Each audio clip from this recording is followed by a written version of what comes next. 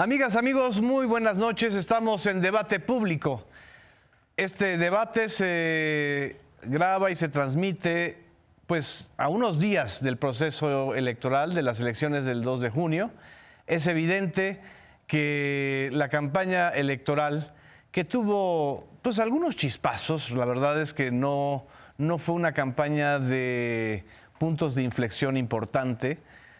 No hubo, digamos, grandes sorpresas. A final de cuentas, el último tramo de esta campaña electoral fue un tramo en donde, más allá de la disputa que tienen las dos grandes coaliciones, la coalición oficial, la que defiende la candidatura y postula la candidatura de Claudia Sheinbaum, junto y frente a la de Xóchitl Gálvez, que es la coalición opositora, se enfrascaron, digamos, en los mismos temas, pero más bien se dirigió en este último tramo de la contienda el ataque hacia el tercero en contienda, que es el candidato del Movimiento Ciudadano, Jorge Álvarez Maínez.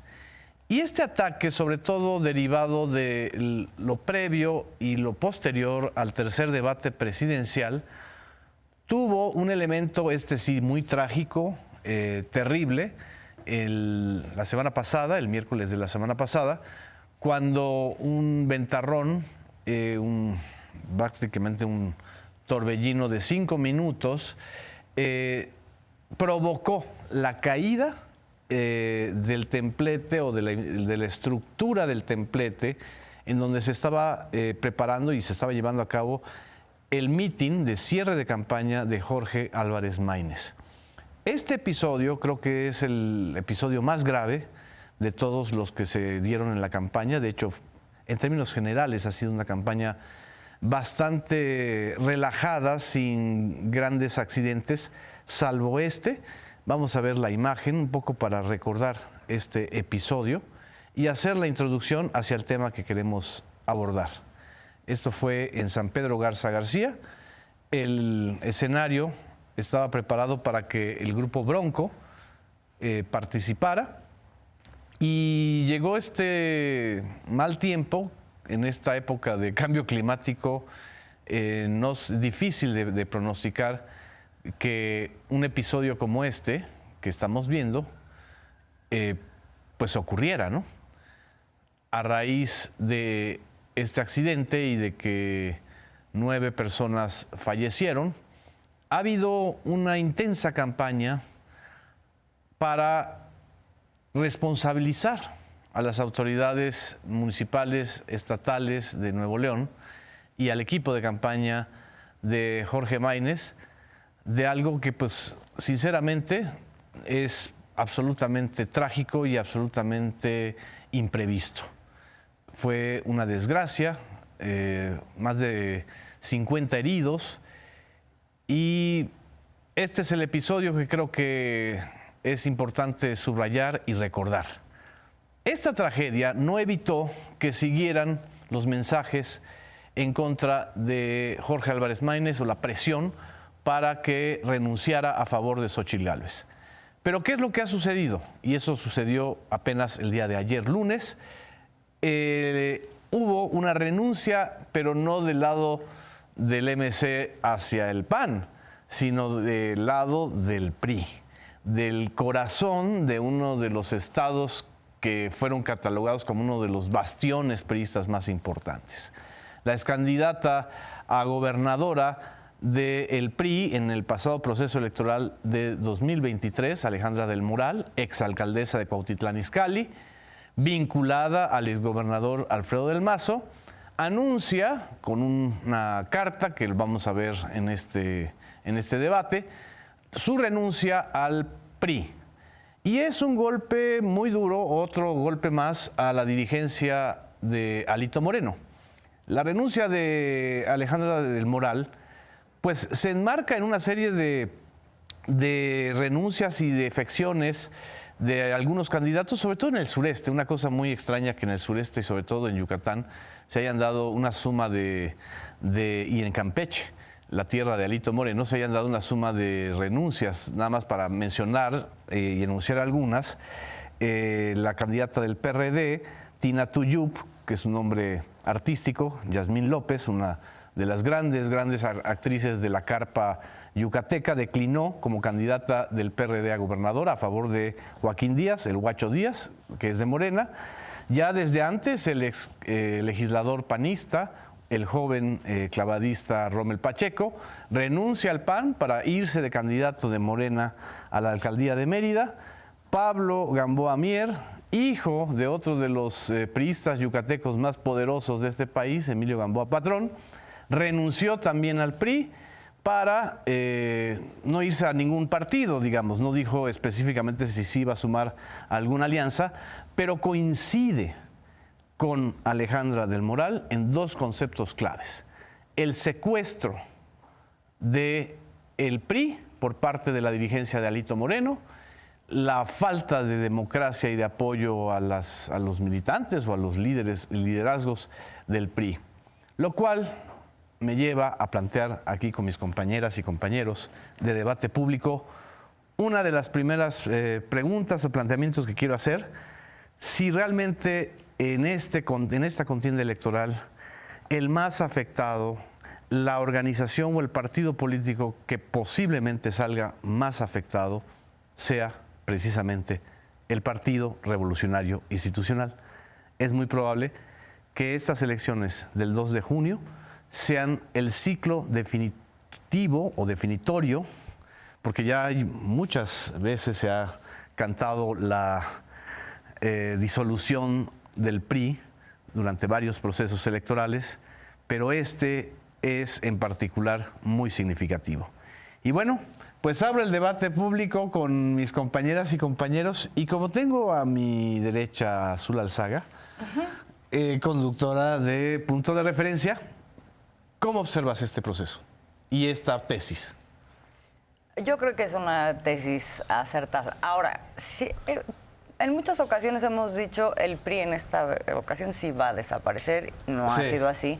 Sin embargo, el proceso que hemos venido viendo desde la propia interna para la definición de la candidatura de la coalición PRI-PAN-PRD nos da muchos elementos desde antes. O sea, a ver, hablamos de que desde que llega Alejandro Moreno hay una pérdida masiva de elecciones. Primero de elecciones. ¿De posiciones de poder? Exacto, de posiciones de poder, de posiciones en el Congreso, de posiciones en los estados, y después de la militancia también, que eso ya se había venido registrando en años anteriores, pero que ahora también estamos hablando de posiciones de liderazgo igual en los estados, que empiezan desde el momento en que se da esta alianza y la forma en que se resuelve la alianza, haciendo a un lado a Beatriz Paredes. Muchos cuadros del PRI empiezan a saltar del barco, ¿no? Estamos hablando de Claudia Ruiz Massieu, Miguel Ángel Osorio Chong, Erubiel Ávila, que se fue un poco después, el exgobernador de Hidalgo también, Omar Fayad, Alejandro Murat, que ahora todos esos están en el barco de Morena. Y finalmente, digamos, esto que pasó el día de ayer ya con Alejandra del Moral es como la cereza de ese pastel, en donde además estamos hablando de un grupo político importante en el Estado de México, el grupo Atlacomulco. Ahí estamos viendo el tuit que dio a conocer el día de ayer la propia Alejandra del Moral, junto con la carta. A ver si podemos poner la carta. En el tercer párrafo, si no me equivoco, hay tras una reflexión profunda, he llegado a la conclusión de que es momento de construir nuevos caminos. Por ello he decidido ponerle fin a mi militancia en el PRI. Sin embargo, quiero dejar claro mi compromiso, bla, bla, bla. No, el segundo párrafo dice: la actual dirigencia nacional ha dejado de lado los ideales revolucionarios de democracia y justicia social. El PRI que conocí, al que orgullosamente representé y defendí, ya no es el mismo. Se ha alejado de ser la voz auténtica del pueblo. Argumentos muy similares, ¿sí? Argumentos muy similares. Yo creo que estos liderazgos dentro del PRI en algún momento se apostaron a que en esta elección podrían reganar algunas posiciones de poder, y conforme va avanzando el proceso se van dando cuenta de que Alito Moreno efectivamente ha secuestrado. Incluso cambió los estatutos, él se mantuvo por más tiempo. En fin, han venido pasando una serie de cosas en donde los resultados que van aparejados con eso para ese partido han sido todos negativos. Y pues no hay más que ver las encuestas. Esto también se relaciona con otra cosa que tiene que ver con la forma en que la población ha evaluado los gobiernos del PRI, la historia del PRI, etcétera. Entonces, digamos, en el conjunto la evaluación es muy mala, tanto para el partido, no solamente para Alejandro Moreno, sino también para el partido, pero ya con un liderazgo encarnado por Alejandro Moreno que termina de darle al traste. Yo sí pienso que va a ser muy difícil, o sea, cuando uno ve cómo se han movido los simpatizantes a lo largo del tiempo en las diferentes elecciones que han salido del PRI, muchos se han ido a Morena también, y ahora con estos liderazgos lo que veo es que pues se va a diluir el PRI y que mucho de esto pues va a terminar en Morena. Otros van a terminar porque también hay un PRI muy de derecha que no encarna ese PRI de la revolución, que salió de la revolución, y que se va al PAN, ¿no? Así es. Probablemente el más fortalecido dentro de esta coalición, aunque también sale muy golpeado, es el PAN, pero el PRI definitivamente el mayor damnificado de esta elección. ¿Cómo ves, Luisa Cantú, conductora de Sucesión 2024? Yo digo que sigue siendo el PRD, la verdad. O sea, bueno, sí. Pero existe el PRD. Es que sí, depende quizá con qué lo comparemos, ¿no? Yo coincido con lo que dicen ambos. La verdad es que lo que le pasó al PRI no solo no es que lo defienda, pero digamos es una tendencia, no únicamente la gestión de Alito Moreno. Ayer lo hablábamos en Sucesión 2024, es una cosa por la que renunció el histórico Manlio Fabio Beltrones, ¿no? Es decir, los malos resultados perdiendo bastiones, gubernaturas y demás cotos de poder del PRI. Pero renunció a la dirigencia nacional del PRI, no al PRI. Por eso, a la dirigencia, en el 2016. claro. Por la mala entrega de resultados, pues. Sí. Y lo cierto es que sin gubernaturas, sin presidencia, sin candidatura a la presidencia por primera vez en un siglo de historia, exacto, el único poder del PRI radica precisamente en el CEN, ¿no? Y de ese CEN, que no tendrá nada más que recursos según los votos del próximo 2 de junio, es del que se están desmarcando todas estas figuras. Entonces, digo, yo creo que el peor perdedor es el PRD, porque ideológicamente la traición de irte con la derecha creo que es, o sea, medularmente, digamos, imperdonable. Haberte aliado justo con quienes acusaste en algún momento de haberse robado la elección y hoy decir que desde ahí se defiende la democracia es una locura. O sea, yo ideológicamente creo que es quien más pierde, pero sí creo que el PRI queda debilitado a únicamente el CEN. Un CEN que por alguna razón los otros CENs,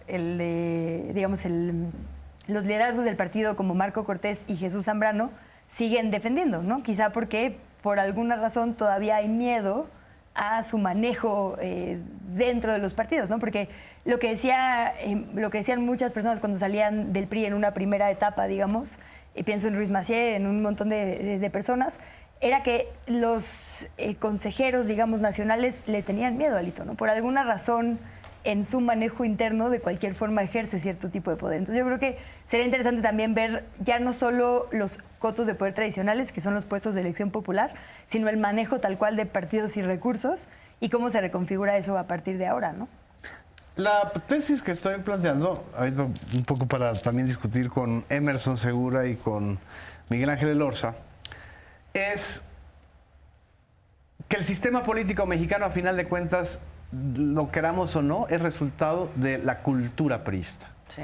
O sea, la gran, digamos, el gran huevo madre, o sea, la matriz, digamos, de 4 partidos en este país actuales, vigentes, PRD, MC, cuyo dirigente es exgobernador de Veracruz y exdirigente priista Dante Delgado, por supuesto Morena, que abreva de la historia de la ruptura del 1988, esa gran ruptura del PRI, que es la ruptura histórica ideológica, es decir, la ruptura entre los nacionalistas y los neoliberales, que da surgimiento al PRD, y de ahí surge Morena, como partido movimiento. Y el PAN. O sea, la priización del PAN en el periodo en donde gobernó durante 2 sexenios. Vicente Fox y Felipe Calderón. La gran pregunta es si ya lo que realmente menos importa es la estructura como tal del PRI, las siglas, o la cultura política y política electoral del PRI, si somos capaces de superarla o de rebasarla, o a final de cuentas es un ADN que está en los 4 o 5 partidos del escenario. Emerson. Bueno, yo creo que justamente estamos tal vez atestiguando pues el reacomodo de partidos más importante tal vez desde el año 2000, o sea, ¿sí? Donde lo que se pensaba que era la alternancia normal del poder, que era que alguien que estuviera en la presidencia o en las gubernaturas y en el Congreso cambiaran de poder, y eso per se ya nos llevaba a la transición democrática. Creo que esa estructura de los 3 partidos políticos que fueron parte de la llamada transición democrática está derrumbándose y está crujiendo, incluyendo están aliados, incluyendo al PRD, incluyendo al PAN y desde luego al PRI por las condiciones que tenía, ¿no? O sea, creo que esa idea de esa transición de los 3 partidos que nos podemos alternar el poder, en las elecciones se gana, se pierde, y México ya es una democracia sana, ¿no? Un poco con la idea de varios opinólogos que pues esta incipiente pero creciente democracia mexicana, ¿no? O sea, creo que el 2024 nos está poniendo, está desafiando ese mito de la transición democrática que sucedió algunos dicen que en el 2000, algunos que dicen que en el 77 con las reformas de Reyes Heroles. Yo te la pongo más fácil, como pregunta. Sí, sí. ¿Es el fin del modelo de la democracia regulada, normativa, de normas mínimas de Pepe Woldemar o de José Woldemar y del Consejo General del IFE de 1997? Sí, claro. Y creo que una muestra de eso justamente fue hace 2 días, 3 días, con el desplegado de estos miembros de la comunidad intelectual, ¿no? Que respaldan que su candidata sea Xóchitl Gálvez, es decir, que nos hicieron creer que sí habíamos transitado a la democracia justo bajo esta democracia electoral, ¿no? Que tal vez no liberal, pero democracia electoral, bajo estos preceptos, pues fueron personajes justamente como Aguilar Camín, justamente como Enrique Krause, ¿no? O sea, y creo que también en el tema del que pones, que creo que también es una pues gran provocación, el tema de la cultura priista, en cuanto a si se va a superar o no, qué tan porosa es. Vemos perfiles que Erubiel Ávila pues encuentran refugio en el Verde y es la aduana para incorporarse a Morena. Lo vemos con personajes más jóvenes como Rubalcaba, pero lo vemos también con, digamos que con personajes como Murat. O sea, la salida de Alejandra del Moral, sí, creo que más allá del código priista, de las formas, como lo veíamos ahorita en la carta, no, pues, una dirigencia que no escucha y bla. O sea, creo que es el machote de todos los priistas que han renunciado, ¿no? O sea, creo que la pregunta es, ¿cuál es el mensaje de Alejandra del Moral? ¿O quién lo quiere mandar, no? Y creo que desde luego, como lo mencionaba Azul, pues es el mensaje de uno de los principales grupos políticos históricos de control en el país, que es Grupo Atlacomulco, que implica a Alfredo del Mazo, lo que implica ese grupo político.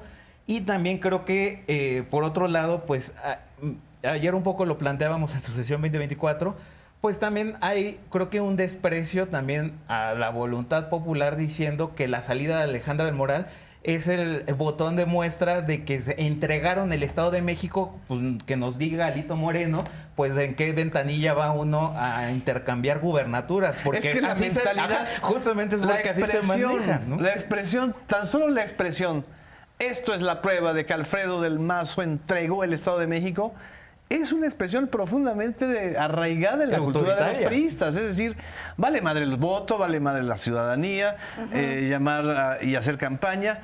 Todo se arregla en tú me das, yo te doy.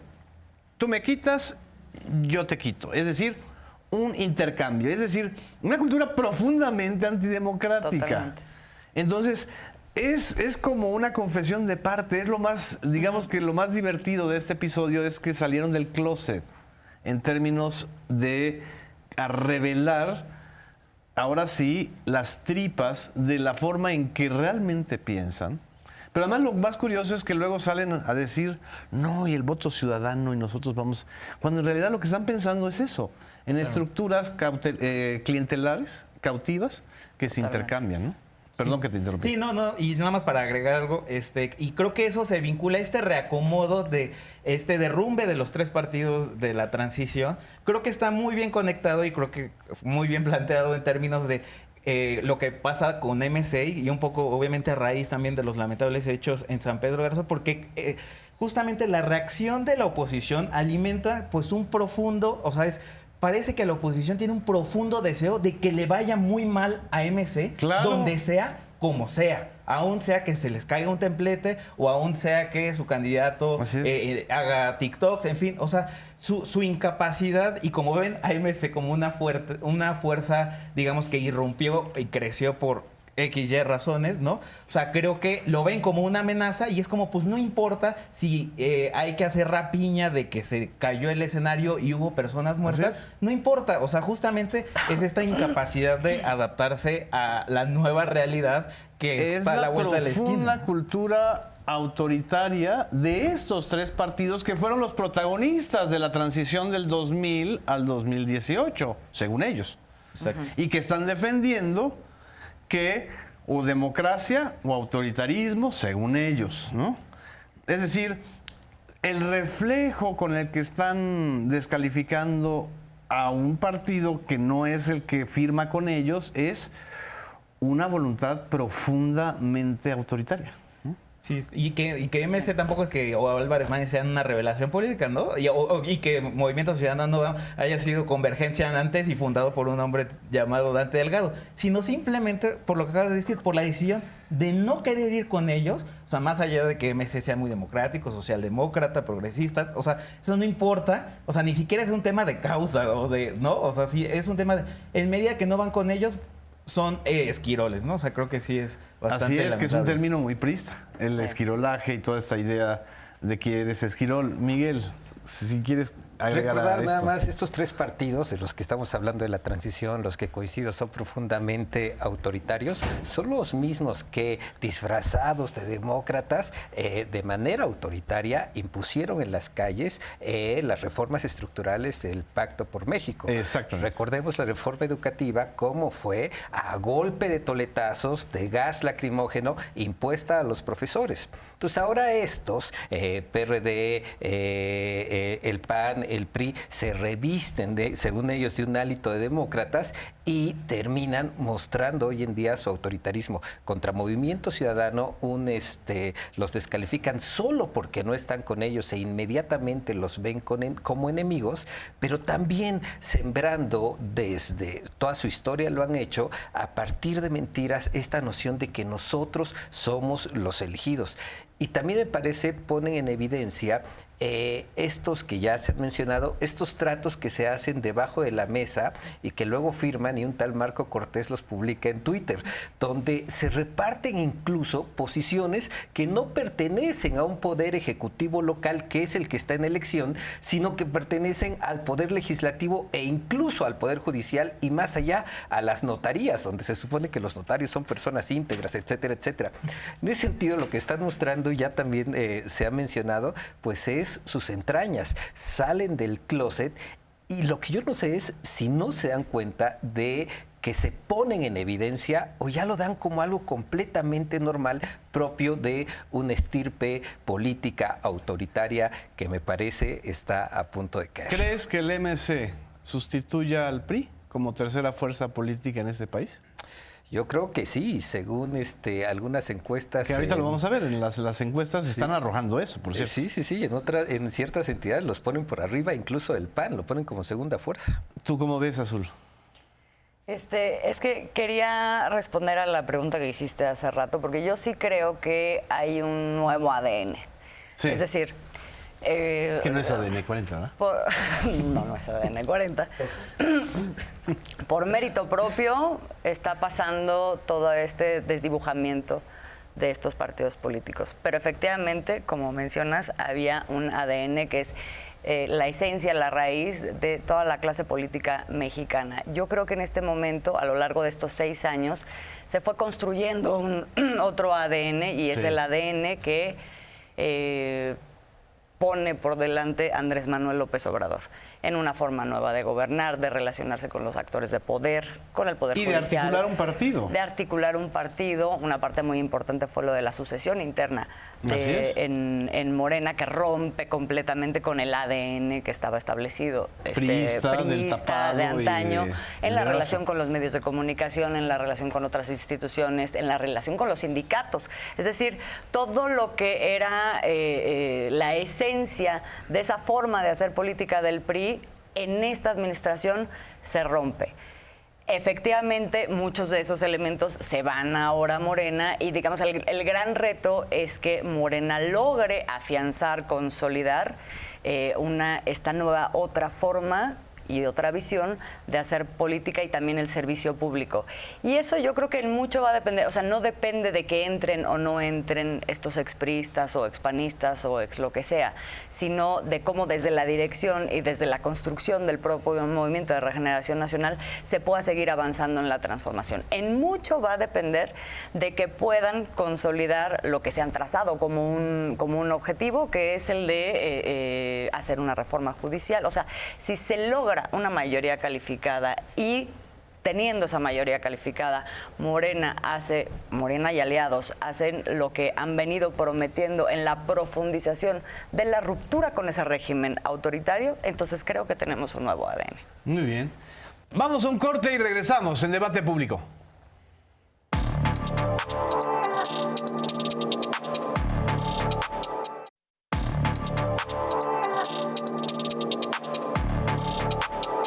Regresamos a Debate Público. En la primera parte de este debate estábamos haciendo una valoración de justo el papel que ha jugado el Movimiento Ciudadano en esta contienda y el papel del PRI.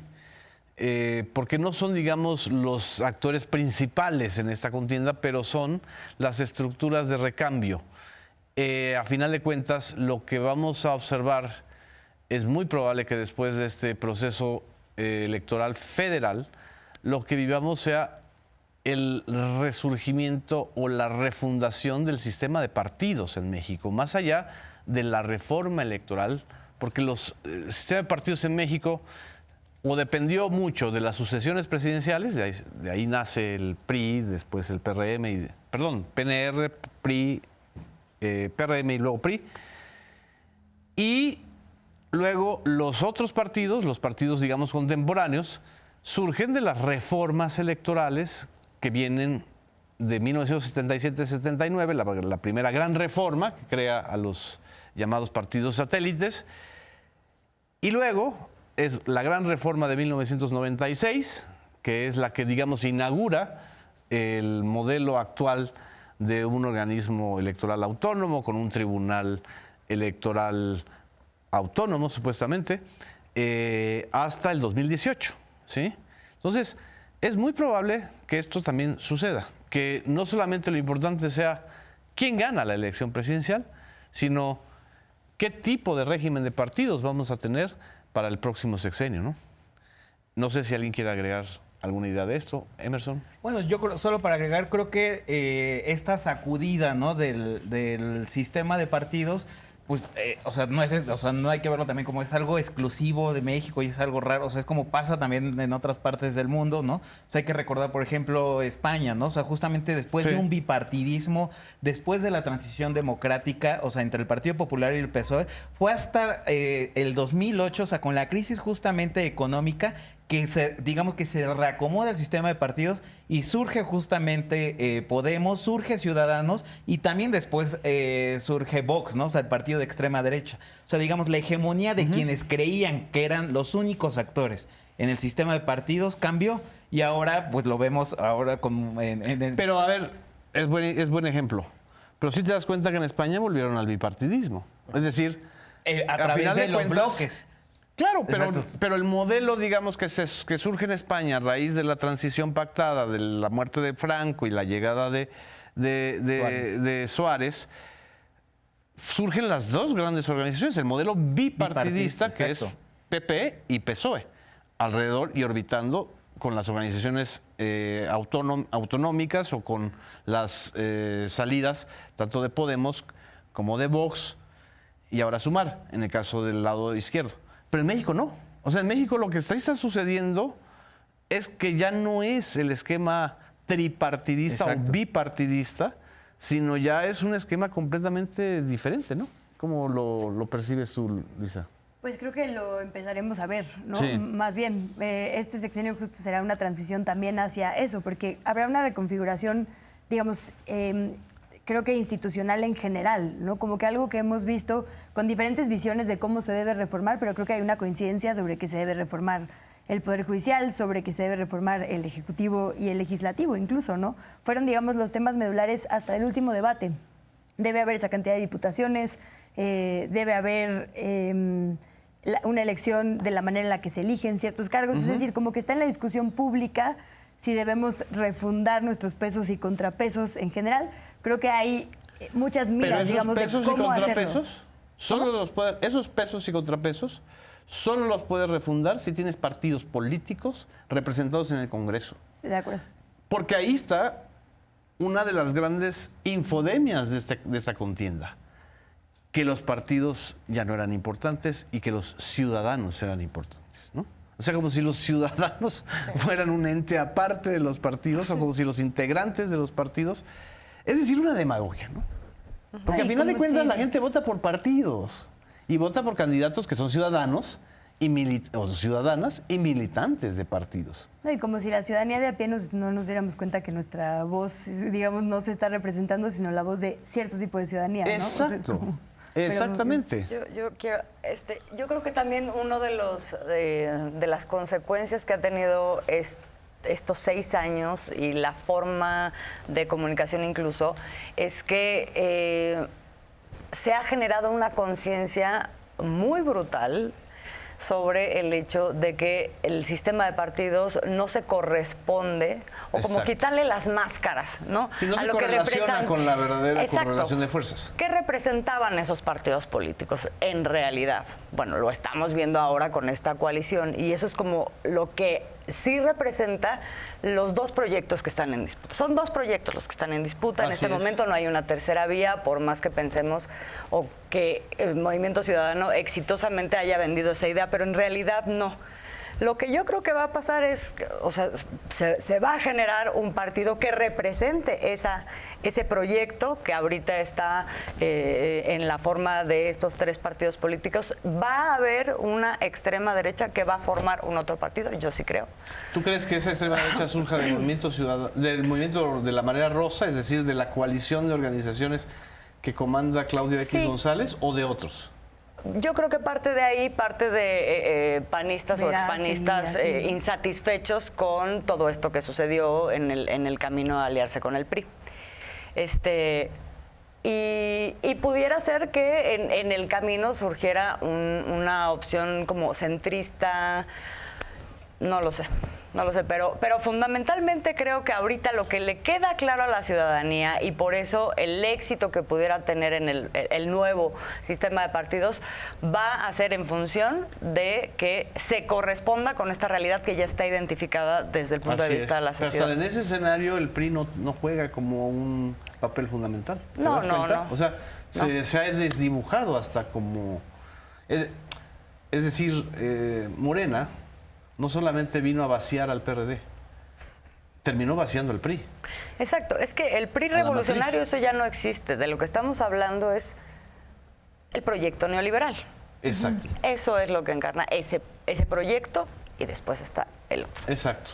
Miguel Ángel de la Yo Rosa. creo que ya hubo un intento de cambiar el sistema político mexicano, quitarle un poco de poder a esta estructura de partidos a partir de la creación de estos órganos autónomos que desde intereses muy particulares de estas organizaciones no gubernamentales que se decían ciudadanas, pero que tienen un impacto político y también intereses, han puesto o se han relacionado o han negociado con los partidos políticos. Y lo que ahora ocurre, me parece, porque por ejemplo en el caso de España, cuando surgen los nuevos partidos, es en una crisis, pero hoy en México no hay crisis. O sea, nunca habíamos llegado. ¿Crisis económica? No hay. No hay. Pero crisis de partidos, ¿no crees que hay? Sí, crisis de partidos sí hay, pero no es a raíz de una crisis económica. Sí. Y me parece que la crisis de partidos quiero pensar que se debe a esto que el presidente ha llamado la revolución de las conciencias, o que otras personas que ven como asumir la clase social en la que se encuentra, ya no dejarse manipular por los medios de información, ya no dejarse manipular o creerse esta narrativa de las ONGs o los órganos autónomos. Y me parece que esta revolución de las conciencias, para utilizar el término del presidente, es lo que está empujando a un cambio del sistema de partidos. ¿Qué va a pasar? Yo no lo sé, pero sí veo que el cambio de la manera de pensar, el viraje es hacia recuperar lo social. Si se quiere incluso recuperar lo que proponía el PRI de revolucionario, el cambio social, que es justamente esta disputa entre el neoliberalismo, que abrazan el PAN, que abraza el PRI, que abraza incluso Movimiento Ciudadano, contra lo otro que representa Morena. Esto que estás planteando a mí me lleva a otra provocación que les quiero también compartir, pues porque de eso se trata el debate, para provocar. En realidad, la crisis de esto que estás diciendo de las ONGs y los organismos autónomos es otra gran mascarada. Es decir, los poderes fácticos son los que se sobrepusieron a las estructuras partidistas. Es decir, los intereses de los grupos que defienden el modelo neoliberal, los intereses de los grupos que defienden los beneficios que recibieron de ese pacto que se armó en la época del Carlos Salinas y que continuó con Vicente Fox, con Felipe Calderón hasta Peña Nieto, y que ya se rompió. Los medios, lo que estamos viendo es una simulación terrible de medios de comunicación que dicen ser medios de comunicación que defienden la libertad de expresión, pero en realidad son propagandistas de una candidatura, que es la de Xóchitl Gálvez. Pero no lo pueden decir así, porque entonces sería desenmascarar el tema de cómo esos poderes fácticos, y hablando de poderes fácticos para que nuestra querida Xóchitl Gálvez entienda, son los poderes de hecho y no de derecho. Es decir, los poderes empresariales, mediáticos, criminales, que también son poderes fácticos, y por supuesto el poder eclesiástico, que estuvo muy presente en esta contienda, en términos de debate, aunque no como determinante. Se tiene que también pues salir desde las catacumbas y mostrarse tal cual. O las ONGs, término derivado de un anglicismo, en realidad son los instrumentos, o han sido los instrumentos durante muchos años, sobre todo estos años de la alternancia, de 2000 al 2018, de los verdaderos poderes fácticos. Es decir, entonces, el gobierno que viene va a tener dos grandes desafíos: la reconstitución del sistema de partidos y la reconfiguración del sistema de relación con los poderes fácticos, ¿no? Sí. Es decir, no es algo sencillo, ¿no? Y tampoco es que se esté, por eso que decían de los modelos de nación que tenemos enfrente, que es pues uno que, digamos, tenga a lo público como preponderante y otro que tenga a lo privado y a ciertos privados como preponderante, que es lo que vimos justo desde el Pacto por México. Tampoco es que el modelo que se está planteando no permita la participación ni de privados, ni de... O sea, así es. No porque les también impide. de repente, como que en este binarismo se nos olvida que en realidad tampoco se está planteando así un comunismo, ¿no? Que justamente vaya a expropiar casas, como hemos visto que la gente cree. Así es. O ni siquiera deja medios de producción, para nada. Lo que está diciendo es, saquemos lo que es los derechos de la lógica del mercado. Es decir, si tienes un sector energético, el Estado tiene que regirlo y tiene que tener la mayor proporción del mismo porque un montón de cosas, de derechos de la gente dependen de eso. Entonces tú puedes participar 46%, pero yo me voy a asegurar de que haya confiabilidad, por ejemplo, ¿no? Seguridad y que sea operativo. Entonces, tampoco es que se les esté diciendo ustedes ya no van a poder participar desde esa lógica. O sea, para nada, solo está diciendo el pastel se tiene que repartir de otra forma. Claro. Y ya. Y esa otra forma tiene que ser una en donde quepan todas las personas. El Estado tiene que tener una visión social. Sí, y un estado de bienestar. Y donde, digamos, haya soberanía, donde precisamente pues todos los insumos, digamos, indispensables no dependan de la lógica del mercado. O sea, que no sea quien lo pueda pagar, que estén garantizados y ahí, en eso mismo que se defiende, en la lógica de la mejor oferta, participen todos estos actores que hoy se están quejando que pierden beneficios. Es falso. No los perdieron, solo están compitiendo de verdad en unas condiciones que sean justas, pero que pongan primero a los derechos que la ganancia. Así es. Por lo menos vamos a ver ahorita las últimas encuestas, ya ahorita que discutimos metafísicamente sobre los partidos y los grupos de poder. Antes de la elección, la situación está así. En el caso de la consulta Mitofsky, de la encuestadora dirigida por Roy Campos en México, Claudia Sheinbaum tiene 56.9% de ventaja frente al 31.2% de Xóchitl Gálvez. Le lleva, ¿cuántos? 24.9 puntos, 0.7, perdón, ¿no? Sí. 11.9 de Maínez, que fue creciendo desde marzo, que tenía una intención de voto del MC de 5.7 a 11.9. En el otro caso tenemos la otra encuesta esta es de Buendía y Márquez de hoy, de este martes, en el periódico El Universal.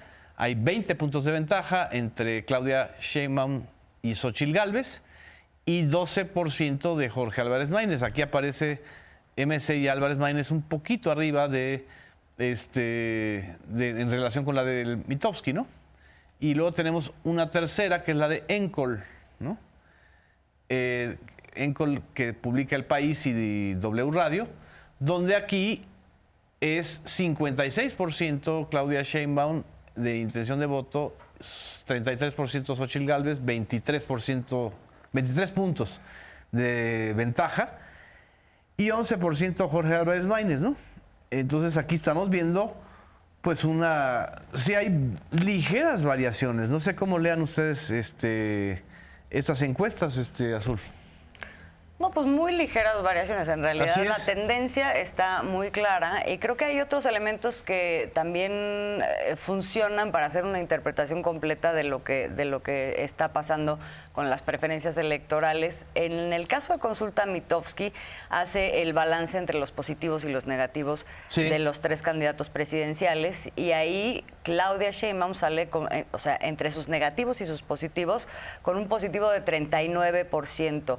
Xóchitl Gálvez con un negativo, menos 14%, es decir... O sea, son más sus negativos que sus positivos. Exacto. Mientras la gente la conoce más, exacto, ¿la acepta menos? Exacto. ¿O la apoya menos? En realidad ya tienen más o menos un conocimiento similar. Claudia Sheinbaum y Xóchitl Gálvez están 90 y 93%. Sin embargo, conforme ha ido siendo conocida... ¿Y eso le pasa a Maínez? Maínez tiene 24 positivo. Es decir, tiene un conocimiento menor, 80% casi, pero tiene más positivos que negativos. O sea, la única que tiene más negativos que positivos es Xóchitl Gálvez. Exactamente. Y luego la otra, que también es interesante, es cuando se ve en esta de consulta Mitofsky, ¿quién gana en todos los estados? Claudia Sheinbaum gana en todos, incluidos los que gobernados gobierna por el PAN, en Guanajuato o en Yucatán, por ejemplo. En Yucatán, en Querétaro, en todos esos. Entonces, digamos, el balance que uno puede hacer es, evidentemente, si esto se ve como un referéndum sobre el gobierno del presidente López Obrador, gana el presidente López Obrador ese referéndum, ¿no? Es decir, es lo que planteó el día de ayer justamente el presidente y que tanto le molestó a Joaquín López Dóriga, que vive muy molesto, ¿verdad? Sí, varios están muy molestos últimamente, sí. Exacto. Eso, y la otra, pues el éxito con el que Claudia Sheinbaum se logra plantear a sí misma como la posibilidad de dar continuidad a aquello que ha sido apoyado por una mayoría de la población. Eso por un lado. Y por otro lado, la forma en que también han venido siendo calificados los partidos de oposición y Xóchitl Gálvez como su representante, que lo que tienen son negativos. Wow. Bueno, para empezar, Alito Moreno, ¿no? O sea, también fue una campaña de mucha infodemia. Sí, muchísima. El equipo de Miguel Ángel Elorza, que es infodemia, y que es el equipo de redes, a lo largo de esta contienda, ustedes han estado llevando un seguimiento casi puntual. La verdad es que desborda la posibilidad y la capacidad de desmentir en tiempo lo suficientemente rápido, sobre todo por las mentiras que ha habido en los estados, en las entidades, en las redes no abiertas, es decir, vía los circuitos de WhatsApps. Pero ¿qué reflexión podrías hacer tú en un balance general de las mentiras de esta contienda? Como bien dices, ha habido muchas mentiras, más en las entidades federativas, mucho por los chats de WhatsApp. ¿Más que la federal? Sí, muchísimo más. Okay. Y porque además son muy locales y muy de el candidato a la alcaldía tal. Sí. Y entonces se atacan entre ellos. Pero los momentos, si se habla en términos cuantitativos, donde se han pronunciado más mentiras, y a mí eso de verdad me asusta, es los debates presidenciales dichos por una candidata presidencial. La voz de la... En las redes, sí. Exactamente, ni siquiera en las redes, en términos cuantitativos, si comparamos el tiempo... ocurren más mentiras en tiempo durante los debates presidenciales y un debate de la Ciudad de México que en el proceso. Bueno, ¿en los debates normal de los estados? También en los debates de los estados, pero ahí se nos complica un poco desde Infodemia para hacer esta verificación. Entonces vamos a posteriori. O sea, ¿la vitrina principal de la Infodemia se volvieron los debates? Así es, sobre todo el de la Ciudad de México. Recordemos, por ejemplo, Taboada cuando inicia diciendo que el partido o el movimiento que encabeza Clara Brugada para la Ciudad de México lleva 27 años gobernando en la Ciudad de México. O sea, es la frase con la que abre, la primera es mentira. Claro. Luego, en el otro debate, el mismo candidato sale a decir, nuestra primera participación es porque vamos adelante en las encuestas.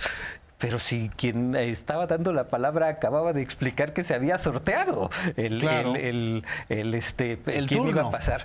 Entonces veamos cómo el candidato en las primeras participaciones comienza a decir mentiras. Entonces, y en el caso de Xóchitl, por ejemplo, no sé, ustedes también opinen, puede ser que el último debate haya sido donde ella echó pues toda la infodemia al asador, porque la verdad es que sus participaciones era una tras otra, empezando por el caso de Mario Delgado, por ejemplo, que resultó ser una mentira. Una mentira a partir de un homónimo, yo creo que a alguien le pasó tal, pero también algo que ha dicho, una gran mentira que ha dicho la candidata presidencial de la oposición es esta narrativa de narcopresidenta. Tan mentira que el propio Instituto Nacional Electoral le prohibió referirse a Claudia Sheinbaum como tal. ¿Por qué? Porque se trata de eso, de una calumnia. Y ya hemos visto que la calumnia cuando no mancha, como dice el presidente, tizna. Pero en ese sentido sí han sido los debates presidenciales los que han intentado imponer estas mentiras. No sé si ellos creen que como lo dicen en la televisión, en el debate, y los moderadores no se los aclaran porque no es su función, la gente lo va a dar. Aquí por tenemos hecho. una moderadora. ¿Tú qué piensas? Sí, por eso No, es verdad, no solo funciona, o sea, está prohibido explícitamente por acuerdo partidista, pues. Sí, o sea, yo justo creo que viendo las tendencias, digamos, en el tiempo, la campaña que menos creció fue la campaña que se dedicó a generar miedo, ¿no? Y más mentiras, y eso me parece importante también decirlo, porque con todo lo que podamos decir sobre, digamos, lo fácil que es decir cuando vas en tercer lugar cualquier cosa y lo fácil que es decirlo a pesar de tener gobiernos que contradicen tus promesas, sí es verdad que la campaña de Maynes creció un poco porque trató de cerrarse a la narrativa de que quería proponer y de que quería construir y que estaba de acuerdo con los avances del actual gobierno. Por ahí había en la época de Samuel, cuando él era el candidato, estudios que decían que cuando mejor le había ido muchas veces en opinión era, por ejemplo, con la inauguración de este túnel, es decir, en los momentos como de construcción conjunta con el presidente. La verdad es que eso es lo que querríamos ver, construcción, cierre de filas, el 3 de junio nos vamos a levantar los panistas y morenistas y los priistas y todos aquí. Claro. Esta lógica del miedo y de la verdadera polarización desde el odio no le gustó a la gente, no creció, no tendríamos que ir para allá, sino hacia el otro lado, a la de la construcción, la verdad, la reconciliación y la paz, porque Pero sí hubo una mentira que no es realmente un mensaje de odio, pero sí es una mentira que caló, sobre todo en un sector. Vamos a ver este video, el fragmento de este video, que es la mentira sobre la supuesta expropiación de las propiedades privadas, ya sea de la vivienda o de la empresa, que fue una de las mentiras, digamos que vienen de la Guerra Fría, de la época de la Guerra Fría anticomunista, pero que ahora se revivió y caló, sobre todo en un sector del votante conservador. Sobre todo que no entre una constitución que quiere meter Morena y que creo que nos va a afectar a muchos mexicanos el artículo 138. 138, el artículo 138 constitucional. De ellos, que están proponiendo ellos. ¿Cuál es? El equipo de Morena. ¿De qué va esa propuesta? ¿Nos puede decir? Va en relación a que todos los arrendamientos, a través de una notaría, Sí. se les va a dar una escritura pública a todos los que rentan después de ciertos años. Y eso va a hacer que pues, toda la gente que tiene algo de más, que ya no pueda rentar. Ah, ok, o sea, la propuesta del artículo 138, la reforma al 138, va sobre la propiedad privada. Sobre la propiedad privada y sobre empresas también. Híjole, muy peligroso el 138, ¿no? Correcto. Bueno, el 138 no existe, pero todo el mundo te habló del 138. Un poco, ¿de dónde surgió toda esta construcción? Es bien interesante. Primero decir que sí es una campaña de miedo a los votantes y a la sociedad, además de una mentira, ¿no? Por otro lado, este documento de esta nueva Constitución, que en el artículo donde esta nueva Constitución dice 139, donde se va a abolir la propiedad privada y todo va a ser concesiones, fue generado por una organización que nada tiene que ver con Morena, que en sus redes sociales lo publicó en Facebook. Esta organización se separa de Morena en uno de sus posteos y dice, no, nosotros no tenemos nada que ver con Morena y nosotros no queremos a López Obrador. ¿Qué organizaciones? No recuerdo ahora el nombre, pero el primer desmentido que hicimos de Infodemia fue justamente desmintiendo que era una propuesta de Morena, por eso fue que llegamos al documento original. El segundo momento es cuando empiezan a decir que esta nueva constitución o este cambio legislativo es de Morena, ahí lo tenemos. Ahí está, es el Consejo Nacional del Pueblo Mexicano. El Consejo Nacional del Pueblo Mexicano quien lanza este documento y luego... Esa es otra gran mentira que circuló. Ese es justamente que Claudia Sheinbaum cerraría las iglesias y a propósito de esto es utilizando inteligencia artificial. Ojo, a partir de videos falsos creados con inteligencia artificial hacen que cualquier persona, en este caso Claudia Sheinbaum, diga lo que no dirían, que es cerrar las iglesias y acabar con la propiedad privada. Mucho cuidado. Ha habido pocos videos de estos con inteligencia artificial en la campaña, pero han calado profundamente. Y aquí ya estamos viendo que esta nueva Constitución es del Consejo Nacional del Pueblo Mexicano, nada tiene que ver con Morena, nada tiene que ver con el presidente López Obrador, pero a partir de este documento que sí existió es como se creó la falsa narrativa de que era Morena o incluso el presidente quienes proponían esta Constitución. Ya lo ha desmentido el presidente, ya lo ha desmentido Morena, ya lo ha desmentido Claudia Sheinbaum. Pero ahí dice el artículo 139 y el señor piensa en el artículo 138. Sí. Es decir, hay una confusión hasta de números de los artículos, pero en realidad el tema era generar la percepción, el miedo de que te van a quitar tu casa, ¿no? Así es. Sí. Ahora, dices, sí caló yo creo en un sector de la población que es un poco ya el voto duro también de Xóchitl Gálvez, ¿no? O sea, por la razón que sea.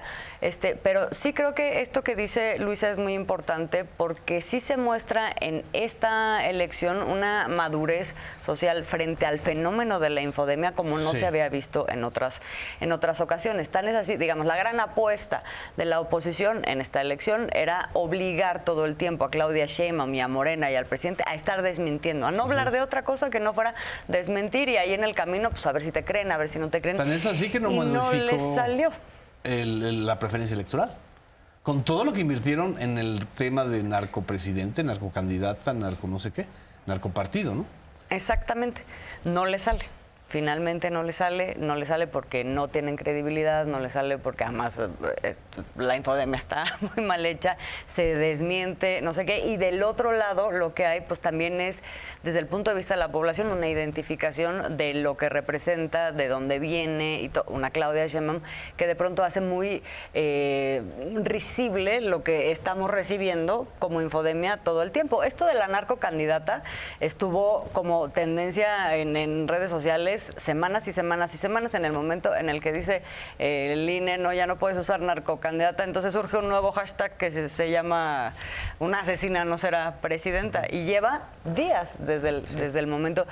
Sin embargo, pues ya no están tocando base, digamos. La enorme diferencia del 2006 con este año, es decir, la del peligro para México sí tuvo un efecto desde la pantalla de los medios electrónicos.